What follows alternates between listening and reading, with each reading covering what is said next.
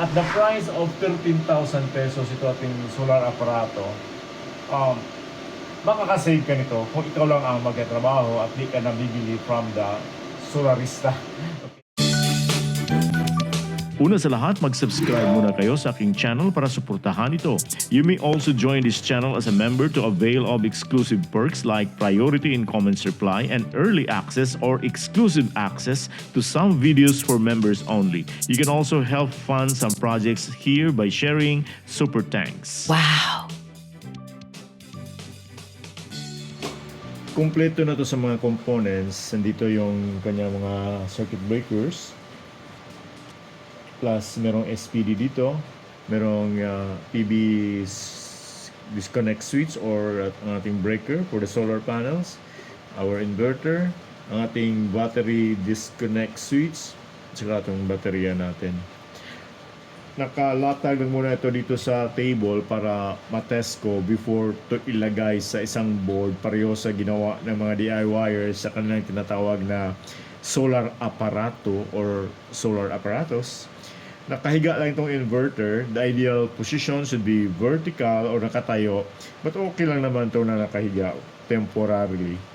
Once malagay ko ito sa board, dito ko ito sa wall ilagay habang nasa lower left side ng board ang battery. So ginawa ko plano, nasa lower left ng inverter ang battery. Itong plano na ginawa ko, gumawa na rin kayo ng ganito. Kahit sketch lang para may guide kayo at ma-anticipate nyo ang problema if ever. This is electrical, so isang pagkamali lang, boom! Sa aking sketch, nilagay ko na rin sa lower left, just above the battery, ang ating battery disconnect switch. Ito siya. Habang ang optional na mga sockets dito para sa output or load ay nasa lower right. Ang mga breakers including the solar disconnect switch ay nasa upper right at saka ang SPD katabi ng PV disconnect switch. Dapat magkatabi yan sila. At kung ma-notice nyo, binakante ko this portion here. Ito yung inverter. Binakante ko dito at binakante ko rin dito sa kabila. Kasi andito rin ang kanyang air vent. Andito ang kanyang air vent. Dapat walang nakaharang dito at merong 20 cm dito sa gilid na allowance para makapasok ang hangin. At ang hangin ay lalabas dito sa exhaust fans. Dalawang exhaust fans ito sa baba, sa bottom ng inverter. Kaya dito rin recommended na space ay 50 cm at saka 50 cm sa itaas. So ang size ng board natin na paglalagyan natin ng mga components ay nasa 22 by 30 inches. Umandar na itong aking solar aparato. Okay. Malakas ang fan, ay ang kanyang exhaust fan na parang air conditioning unit ang kanyang lakas ng tunog. Now, level lahat ito. Binamitan ko ito na level mula dito sa board niya hanggang sa mga cable rails at saka sa inverter. Binamitan ko nito para maganda naman tingnan. Di ba? Di siya tagilid. Tamang-tama lang. Kilalanin natin yung mga components dito sa aking solar aparato. Dito tayo magsimula sa matatawag natin na brain ng ating setup, itong solar inverter. Balikan natin yung unboxing ko nito a week ago. Ito ang kauna-unahan kong inverter. It's a hybrid solar inverter from Mister.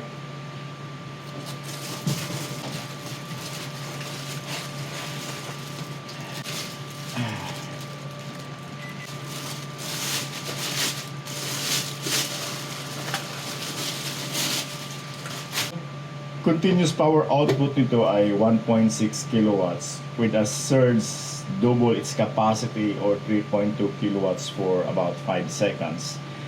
With a budget price of just over 7,000 pesos. Hindi lang price nito ang pang-budget but also its operation. It has a lower input DC voltage of only 30 volts. So pwede rito ang aking dalawang 200 watt solar panels in series. In case maglagay ka ng malaking panels like over 500 watts, kaya nito hanggang 2,000 watts or maximum of 400 volts input voltage. Bali, almost 10 pieces of 500 watt panels. This can charge batteries up to 80 amperes. So kaya nito i-charge ang aking 314 ampere hour na watt cycle battery in just about 6 hours. It can use various types of batteries. This is a pure sine wave inverter with an LCD display and can be monitored on an app via Wi-Fi as an option.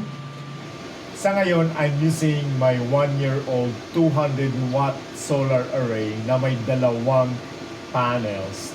Dati nakaparallel ang connection doon kasi ginagamit ko yun sa power station. Yung aking River Tree Plus from EcoFlow na power station ay meron lang solar input voltage na hanggang 51 volts. Now, itong Powmister na solar inverter ay may solar input voltage hanggang 400 volts. Kaya kinukonek ko na yung ating panels in series. So resulta, umangat yung kanyang VOC hanggang 47 volts. While na-maintain niya yung kanyang IMP o yung current at around 10 amperes. Maganda yun para sa ating kable na number 10 AWG lang yung ating PV solar or solar cable.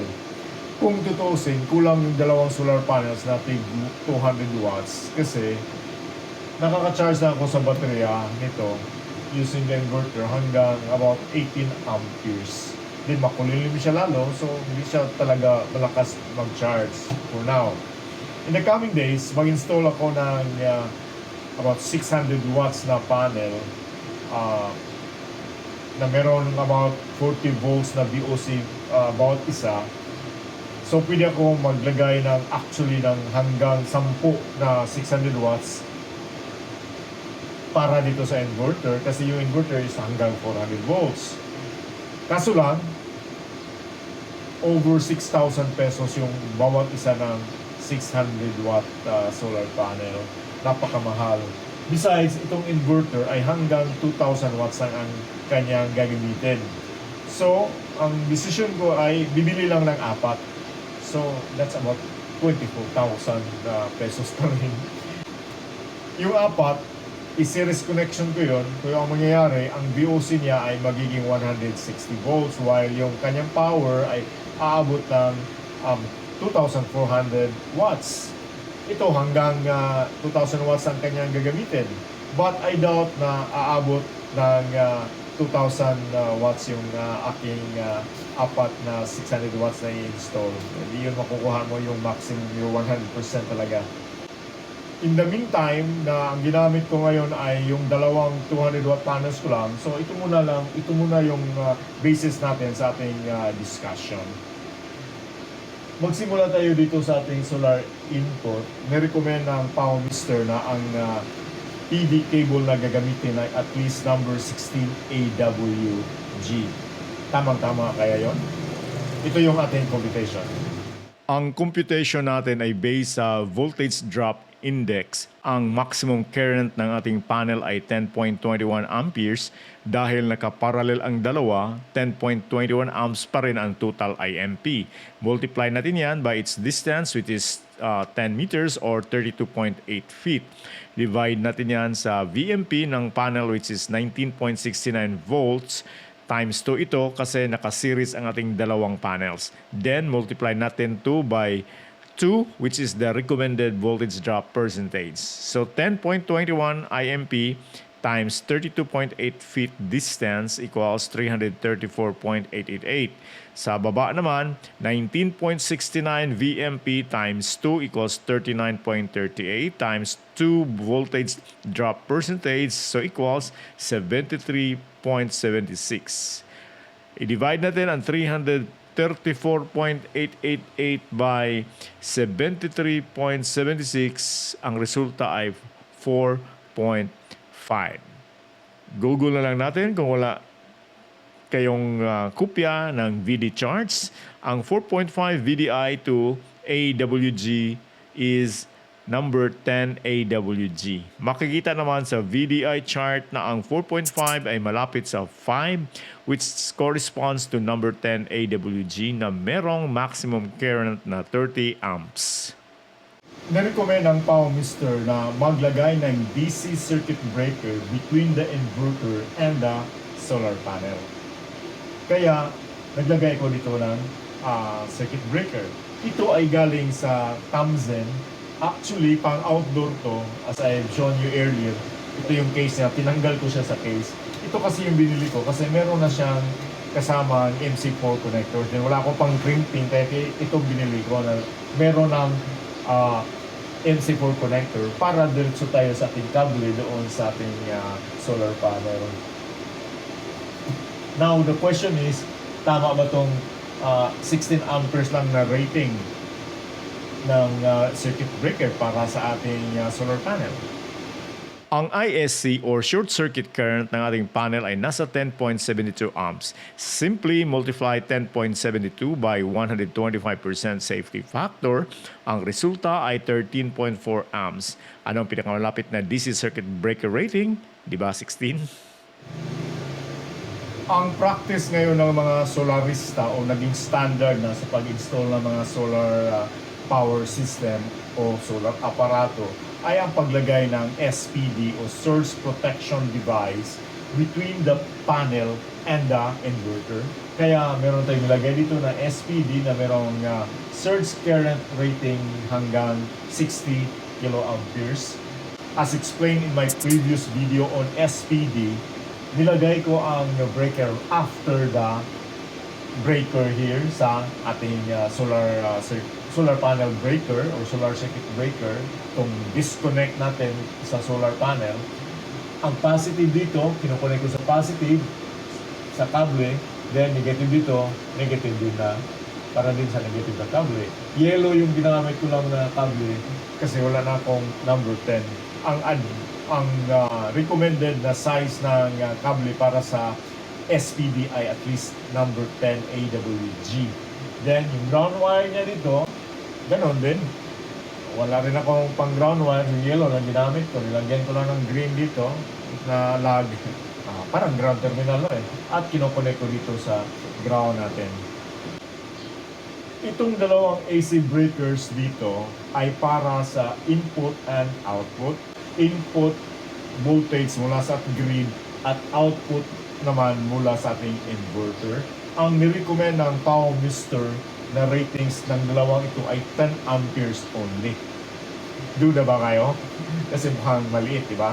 So, based sa ating computation, ang formula ng ating current is power divided by voltage. So, ang power nito is 1,600 watts. I-divide natin by 230 volts.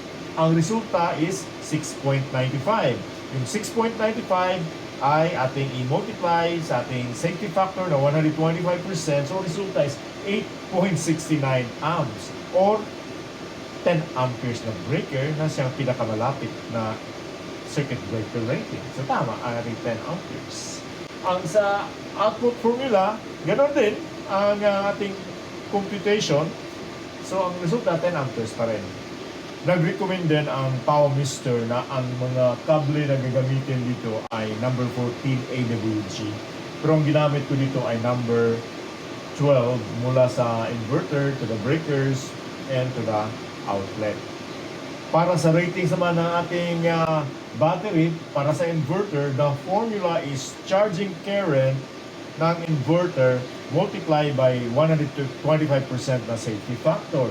So, ang maximum charging current nito ay 80 amps. So, ang breaker natin kailangan 100 amps. Itong nabili ko ay 100 amps, 600 volts DC.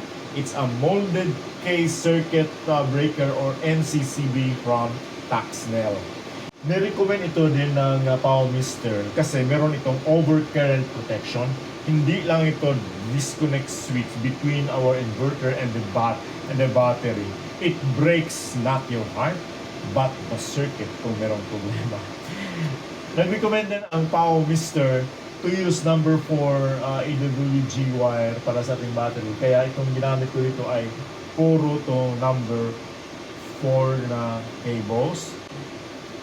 Itong para sa inverter dito ay ang isang dulo niya ay flat, hindi tulad dito na ring, puro ring. Kasi sa loob ito, ang terminal kasi ng inverter na to ay flat, hindi O-ring ang ginamit. Paano ba dapat mag-connect ng MCCB? This breaker is designed for batteries na nag-supply ng kuryente at the same time charge. Kaya ito isang bidirectional at non-polarized na breaker. Bidirectional meaning kahit saang direction, current will flow. Kaya pwede natin lagay ang kable ng battery dito sa itaas, pwede rin dito sa baba na terminals. Paano natin malaman na isang bidirectional ang breaker? Walang nakalagay dito na line, wala rin nakalagay dito na katagang load. Kaya kahit saan pwede.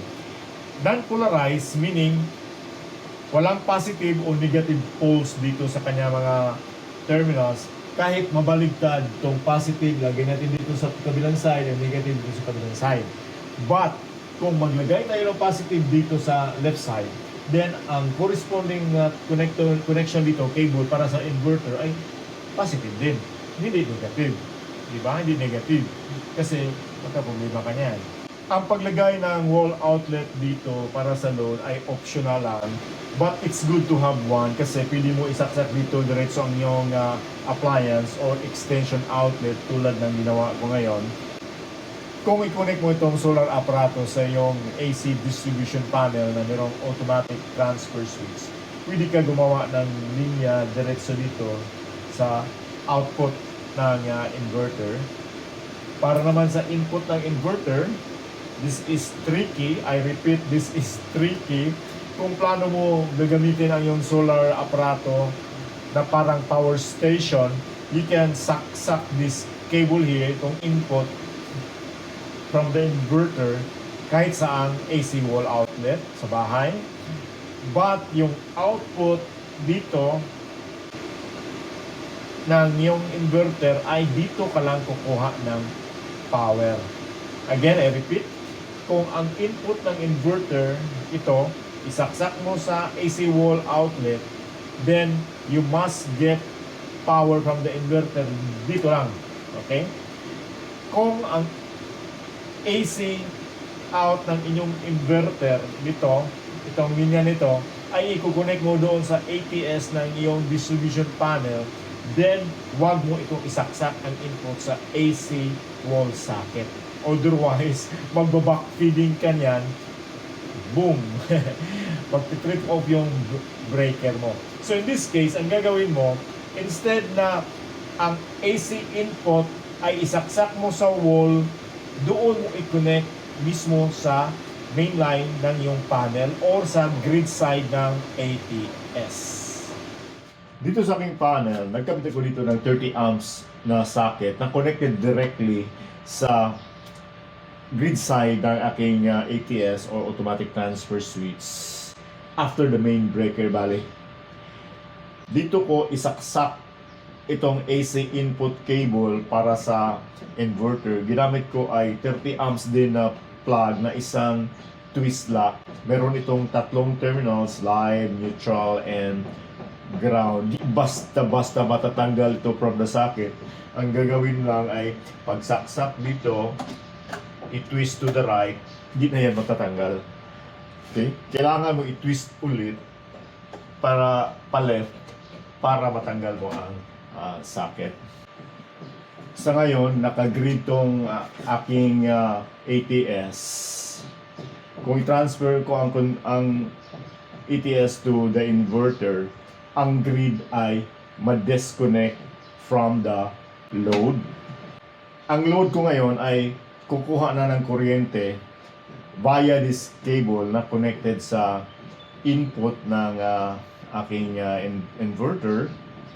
At ito naman ang linya nito ay ang output ng inverter papasok doon sa reserve side ng ATS. Then since itong AC input cable ay connected dito sa grid, pwede na tayo mag-supply ng kuryente sa inverter once ma-transfer natin tong ETS to the grid. Wala nang mangyayaring backfeeding. So, let's try. Manual natin to. Tingnan nyo, naka-zero pa yan ang ating inverter side. Yun, naka 70 plus na ang watts. So, nasa grid na tayo ngayon. So, saksak natin to, ating socket. Then, i-on natin ang ating AC input sa inverter.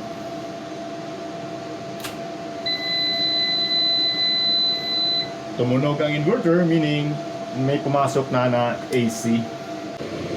So makikita dito sa panel, meron ng grid na input.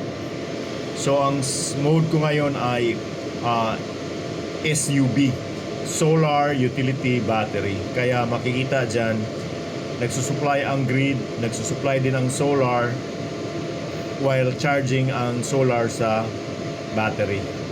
Only the solar panel ang nagcha-charge sa battery, wala yung AC.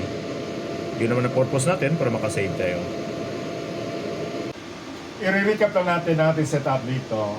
Bali mag-review tayo sa connection. Mula sa solar panel, yan ang linya natin.